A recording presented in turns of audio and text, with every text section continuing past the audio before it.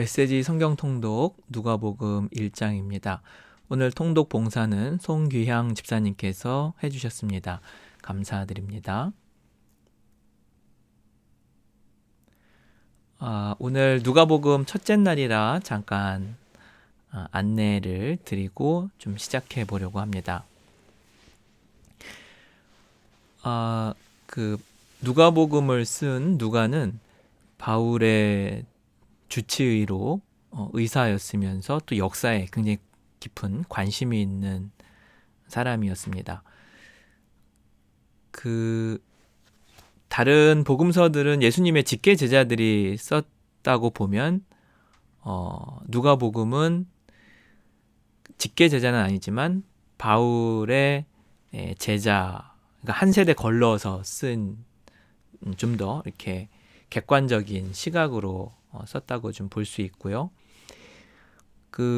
의사이고 역사가이다 보니까 굉장히 성격이 세심하고 세밀해서 이야기를 하나 풀었을 때도 처음과 끝이 굉장히 이렇게 탄탄한 스토리로 이렇게 구성이 되어 있습니다. 마가복음은 중요한 요점만 간략하게 진행해서 짧은 반면에 이제 누가복음은 세례 요한에 어떻게 탄생했는지 이제 그런 과정까지 자세히 이렇게 넣기 때문에 자세하고 길게 구성이 되어 있습니다. 그리고 이제 누가는 누가복음과 사도행전을 이제 같이 한 묶음으로 기록을 했기 때문에 이 누가가 쓴 누가복음과 사도행전은 신약 성경에서 4분의 1을 차지할 정도로 굉장히 긴 부분을 차지하고 있습니다. 누가복음에 대한 몇 가지 좀 중요한 부분을 좀 말씀드리면, 마태복음은 산상설교죠. 산 위에서 이제 메시지를 주님께서 전하시는데, 누가복음은 평지에서 주님이 설교를 합니다. 이거는 누가의 신학적인 바탕이 좀 배경이 되어 있는데, 평평한 곳에서, 반듯한 곳에서 메시지를 전한다는 의미는 가난한 자, 부한 자, 높고 낮은 자 없이 모두가 평등한 세상에서 주님 메시지를 전한다는 그런 의미를 가지고 있어요. 그래서 누가가 특별히 관심 있는 대상은 가난한 자였습니다. 히브리어로 아니는 사회적 약자를 이야기해요. 이렇게 재정적으로 빈곤할 뿐만 아니라 위축되고 밑바닥에서 살아가는 그러한 어떤 민중들의 계층을 의미하는데, 여기에 누가는 굉장히 큰 관심을 가지고 있습니다. 그리고 이들을 다 끌어안으려고 하는, 그들을 돕고 나누고 서로 어울리는 그런 신학적인 배경을 가지고 보면 누가가 훨씬 더 재밌게 읽을 수 있을 것입니다. 그리고 누가는 앞에서도 말씀드렸듯이 한 장 한 장이 굉장히 길어요. 그래서 다른 복음서에 비해서 좀 분량이 긴 것을 염두에 두시면 감사하겠습니다. 주님 말씀하옵소서. 주의 종이 듣겠나이다. 아멘.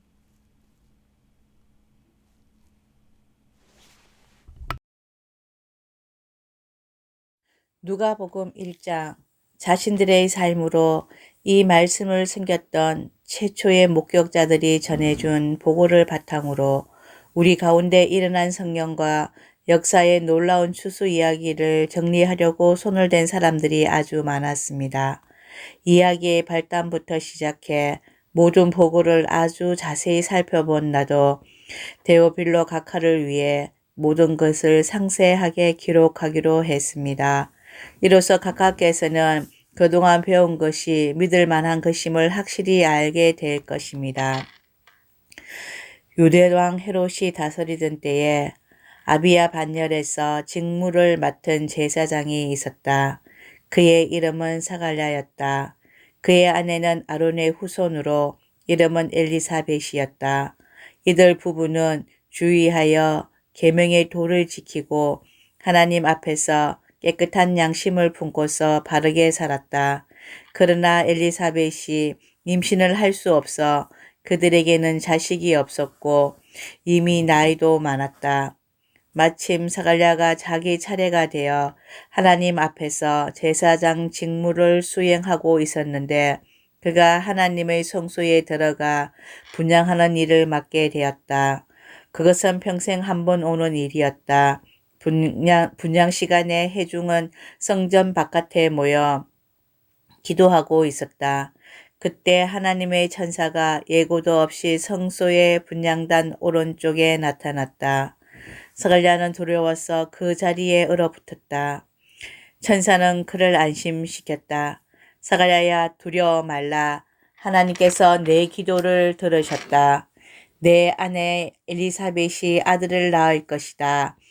너는 그 이름을 요한이라고 하여라. 너는 기뻐서 사슴처럼 뛸 것이며 너뿐만 아니라 많은 사람들이 그의 출생을 즐거워할 것이다. 그는 하나님께 큰 인물이 될 것이다. 그는 포도주와 맥주를 마시지 않을 것이며 모태에서 나오는 순간부터 성령으로 충만할 것이다. 그는 이스라엘의 많은 아들, 딸들을 하나님께로 돌아오게 할 것이다.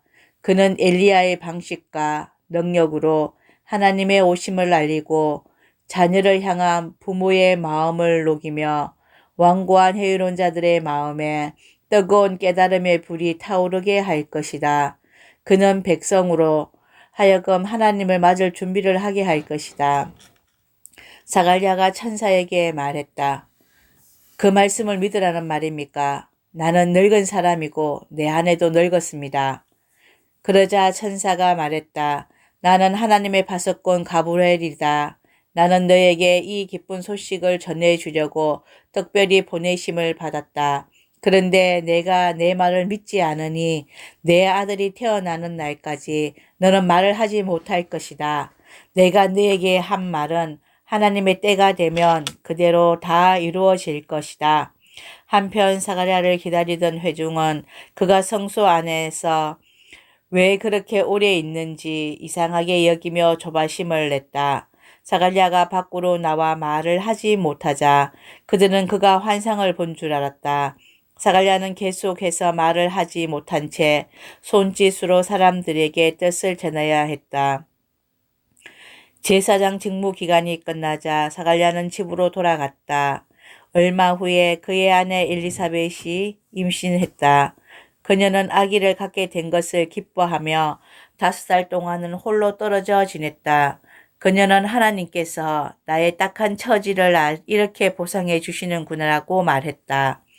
엘리사벳이 임신한 지 6달이 되었을 때 하나님께서 천사 가브리엘을 갈릴리 나사렛 동네에 다윗의 자손인 남자와 약혼한 처녀에게 보내셨다. 남자의 이름은 요셉이고 처녀의 이름은 마리아였다. 가브리엘이 들어가서 마리아에게 인사했다. 잘 있었느냐? 너는 하나님의 아름다움으로 안과 밖이 다 아름답구나. 하나님께서 너와 함께 하신다. 마리아는 크게 동요하며 그 인사에 감추어진 뜻이 무엇인지 궁금히 여겼다. 천사가 그녀를 안심시켰다. 마리아야, 조금도 두려워할 것 없다. 하나님께서 너에게 주시는 놀라운 선물이 있다. 내가 임신하여 아들을 낳을 것이니 그 이름을 예수라고 하여라. 그는 크게 되어 지극히 높으신 분의 아들이라 불릴 것이다. 주 하나님께서 그에게 그의 조상 다윗의 왕위를 주실 것이다. 그는 영원히 야곱의 집을 다스리고 그의 나라는 영원 무궁할 것이다. 마리아가 천사에게 말했다. 하지만 어떻게 그럴 수 있습니까? 나는 남자와 잠자리를 같이 한 적이 없습니다. 천사가 대답했다. 성령께서 내게 임하셔서 지극히 높으신 분의 능력이 내 위에 머물 것이다. 그러므로 내가 낳은 아기는 거룩하신 분, 하나님의 아들이라 불릴 것이다. 너는 내 사촌 엘리사벳이 늙은 나이에 아이를 가진 것을 알고 있느냐? 모두가 아이를 가질 수 없다고 하던 그녀가 임신한 지 6달이 되었다. 보아라, 하나님께는 불가능한 일이 없다. 마리아가 말했다. 이제야 모두 알겠습니다. 나는 섬길 준비가 된 주님의 여종입니다. 당신의 말씀대로 내게 이루어지기를 원합니다. 천사가 그녀를 떠나갔다.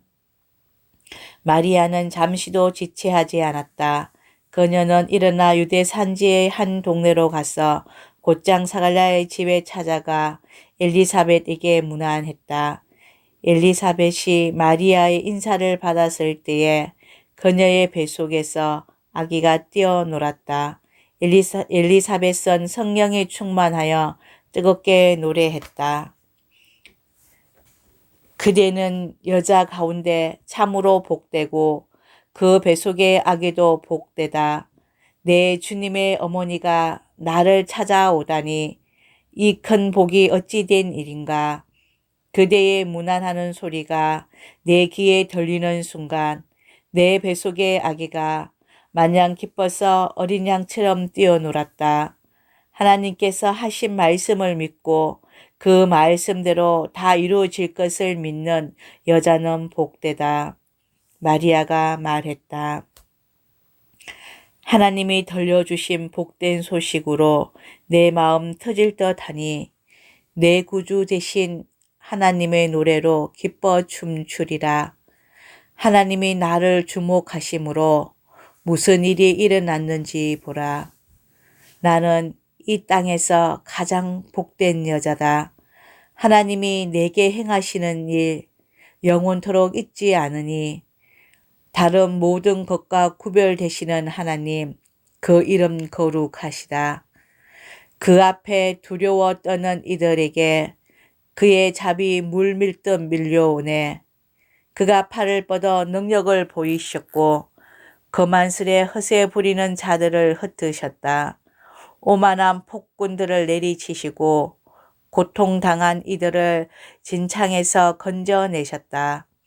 가난하고 굶주린 사람들이 잔치상에 앉으니 야멸친 부자들이 냉대를 당했다.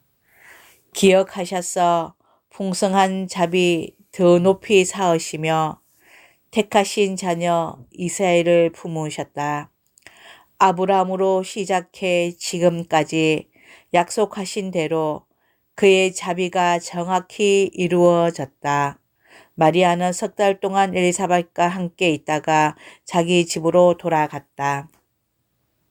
출산일이 되어 엘리사벳이 아들을 낳았다.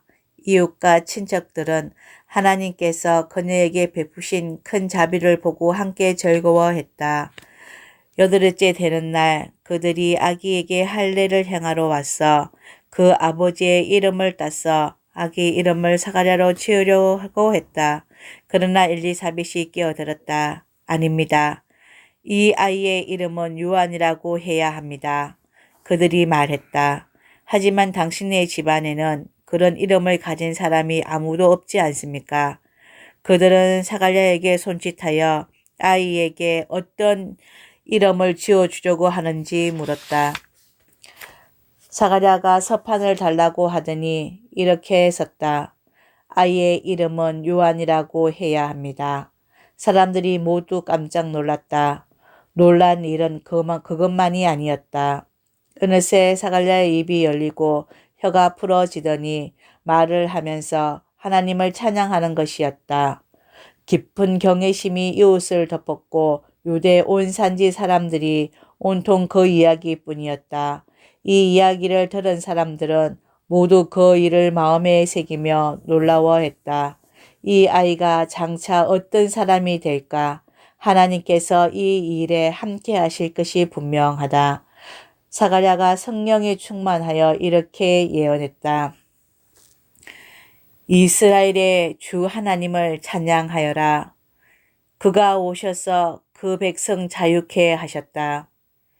그가 구원의 능력을 우리의 삶의 중심에 그의 종 다윗의 집에 두셨으니 그의 거룩한 예언자들을 통해 오래전 약속하신 말씀 그대로 우리를 원수들과 우리를 미워하는 모든 손에서 건지셨다. 우리 조상에게 자비를 베푸셔서 말씀하신 것을 기억하고 행하셨으니 곧 우리 조상 아브라함에게 맹세하신 대로 직전에서 우리를 구하셨다. 우리로 하여금 세상 걱정 없이 그분을 예배하며 사는 날 동안 그분을 거룩하게 하셨다. 지극히 높으신 분의 예언자인 내 아기여, 너는 주님 앞서 가서 그의 길을 예배하고 그의 백성에게 구원과 죄 용서의 소식을 전해줄 것이다.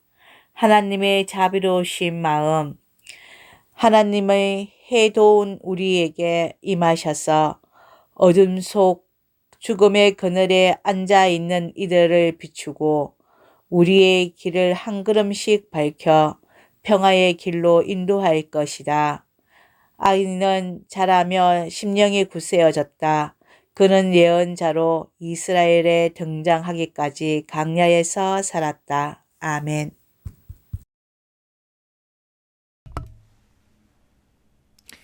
오늘의 묵상 기도입니다. 이제야 모두 알겠습니다. 나는 섬길 준비가 된 주님의 여종입니다. 당신의 말씀대로 내게 이루어지기를 원합니다. 주님, 믿음으로 고백합니다. 주님의 말씀대로 내게 이루어지기를 원합니다. 사랑의 하나님, 오늘도 일용할 양식을 채워주시니 감사합니다. 세상의 것보다 하늘의 것을 사모하게 하시고 근심과 걱정을 내려놓고 주님 안에서 평안을 누리게 하옵소서. 오늘도 지은 죄를 주님 앞에 내려놓습니다. 십자가 은혜로 용서하여 주시고 주님의 거룩한 임재 가운데 머물게 하옵소서. 예수님의 이름으로 기도합니다. 아멘.